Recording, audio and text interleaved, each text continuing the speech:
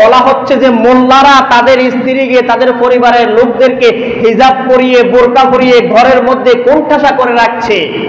যারা বলে মোল্লারা কোণঠাসা করে রাখছে, নিজেরা স্বাধীনভাবে চলতে পারে না, মা বোনরা নাকি স্বাধীনভাবে চলতে পারে না, আমি তাদেরকে বলবো মোল্লারা তাদের স্ত্রীদেরকে সবচেয়ে বেশি দামি মনে করে, সবচেয়ে বেশি সুন্দর মনে করে, এই জন্য ঢেকে রাখে, দামি জিনিস গোপন করে রাখে, লুকায়িত রাখে।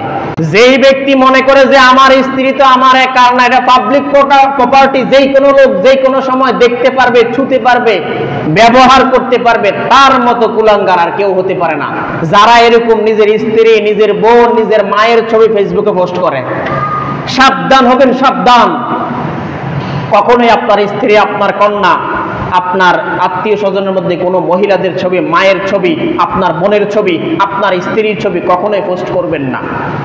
ফেসবুকে যখন পোস্ট করবেন সবাই দেখবে, রিয়েক্ট দিবে, লাভ রিয়েক্ট দিবে, আপনি মনে করছেন বা অনেকগুলো লাইক পেলাম, কমেন্টস পেলাম।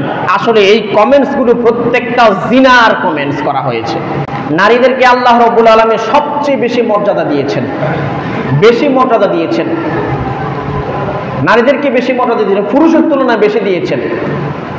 রাসূল সাল্লাল্লাহু আলাইহি সাল্লামকে এক সাহাবী এসে বললেন, আমার নিকট উত্তম হকদারের অধিকারী সবচেয়ে বেশি কে? রাসূল সাল্লাল্লাহু আলাইহি সাল্লাম বললেন, ক্বালা উম্মাকা, তোমার মা। আবার বললেন, তারপর কে? আবার বললেন, ক্বালা উম্মাকা। এরপর আবার বললেন, তারপর কে? রাসূল সাল্লাল্লাহু আলাইহি সাল্লাম বললেন, ক্বালা উম্মাকা। তিনবার তিনি বললেন, তোমার মা, তোমার মা, তোমার মা, তোমার মা তোমার নিকট সবচেয়ে বেশি উত্তম ব্যবহারের হকদার। চতুর্থবার জিজ্ঞাসা যখন করলেন, তারপর কে? রাসূল সাল্লাল্লাহু আলাইহি সাল্লাম বললেন, ক্বালা আবুকা, তারপর হচ্ছে তোমার বাবা। নারীদেরকে তিনবার বললেন, তোমার মা তোমার নিকট উত্তম ব্যবহারের সবচেয়ে বেশি হকদার। এরপর চতুর্থবার বললেন, তোমার বাবা।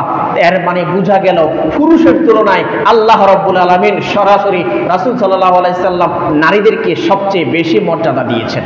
কিন্তু আমরা বুঝি না, নারীরা আমরা বুঝি না। আপনি যদি কোনো আপনার স্বামীর ঘর ছেড়ে দিয়ে বাপের বাড়ি চলে যান, যদি শোনেন যে আমি চলে যাব, আপনার ঘর করব না, তোমার ঘর করব না, আমি দেখে এতদিন পর্যন্ত করেছি, আর করতে পারবো না, সহ্য করতে পারছি না, এইভাবে যদি ছেড়ে চলে যান, দেখা যাবে স্বামীর ঘর থেকে যাওয়ার পর আদৌ আপনি কখনো ভালো থাকতে পারবেন না। হয়তো 1 মাস, হয়তো 2 মাস ভালো থাকতে পারবেন, এরপর দেখা যাবে যে আপনি যতই ভালো থাকার চেষ্টা করেন, আপনি ভালো থাকতে পারবেন না। সমাজের কালচারগুলো এমন হয়ে গেছে, যখনই আপনি বাপের বাড়ি চলে যাবেন, 15 দিন 20 দিন একটা মানুষ বেড়াইতে গেলে যেমনি ভাবে তাকে সম্মান দেওয়া হয়, এরপর যখনই কোনো কিছু নিয়ে আপনার ভাবির সাথে কোনো ঝগড়া করবেন কিংবা কথা কাটাকাটি করবেন, আপনার ভাবি বলতে বাধ্য হবে, তুই এত ভালো হইলে স্বামীর ঘর ছাড়িয়ে আসছিস কেন, বলে ফেলবে। আপনার মাও আপনার প্রতি বিরক্ত হয়ে যায়, বাবুরে বাবু এমনি এমনি তোরে দিয়ে লাইমে হাতে, বলতে বাধ্য হবে। এরপর সমাজের কালচার, সমাজে দিয়ে যখন আপনি হাঁটবেন, বাজার ঘাটে যাবেন কিংবা কোনো কেনাকাটা করতে যাবেন, যাওয়ার সময় অনেকেই আপনার নিকট টিক্স করবে, কি কি অবস্থা, এখন তো খালি আছেন, আসতাম নি আমরা, এরকম বহু ইফতিজার আছে নাকি নাই, করবে। কিন্তু যখনই আপনি স্বামীর সাথে হাঁটবেন, কোনো বেটার সাহস নাই আপনাকে ইফতিজিং করা, ঠিক কিনা? কারো সাহস আছে? আপনার স্ত্রীকে আপনার সামনে কেউ কিছু বলবে, যতই খারাপ হবে, তা আপনার সামনে বলবে না। অন্য হয়তো আলাদা গেলে বলার সম্ভাবনা আছে, আপনার সামনে বলতে পারবে। এই আপনার স্বামী হচ্ছে আপনার পোশাকের মতো।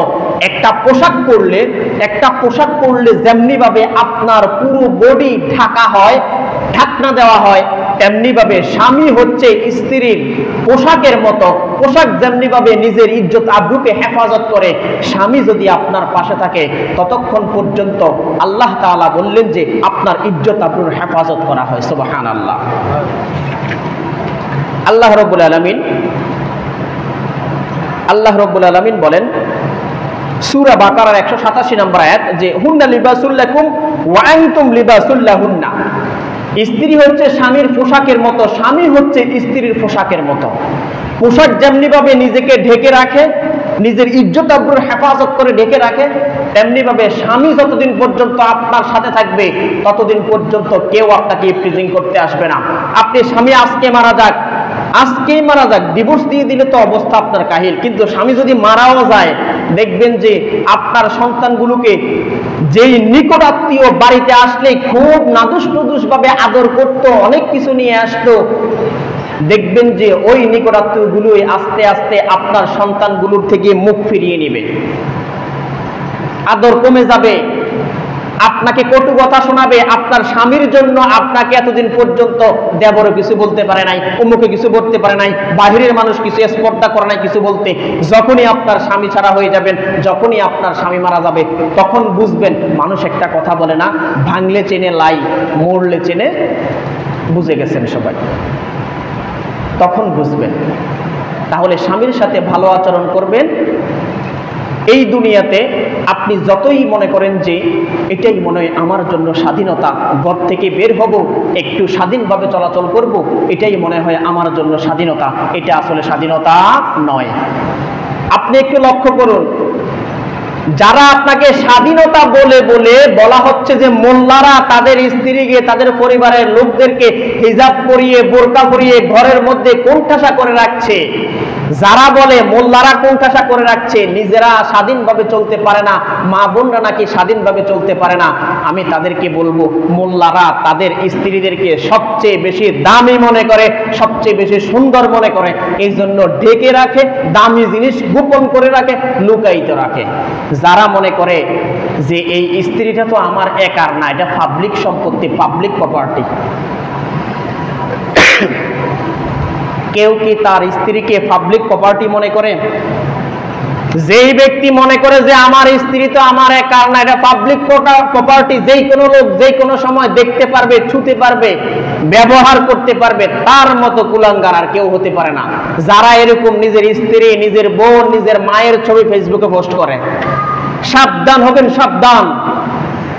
কখনোই আপনার স্ত্রী, আপনার কন্যা, আপনার আত্মীয় স্বজনের মধ্যে কোনো মহিলাদের ছবি, মায়ের ছবি, আপনার বোনের ছবি, আপনার স্ত্রীর ছবি কখনোই পোস্ট করবেন না। ফেসবুকে যখন পোস্ট করবেন সবাই দেখবে, রিয়েক্ট দিবে, লাভ রিয়েক্ট দিবে, আপনি মনে করছেন বা অনেকগুলো লাইক পেলাম, কমেন্টস পেলাম। আসলে এই কমেন্টস গুলো প্রত্যেকটা জিনার কমেন্টস করা হয়েছে। আপনি কি মনে করেন আপনার স্ত্রী আপনার নয়, একার নয়? এটা পাবলিক সম্পত্তি, যে কোনো লোকে দেখবে, ছুবে, ব্যবহার করবে, তাহলে দিতে পারেন।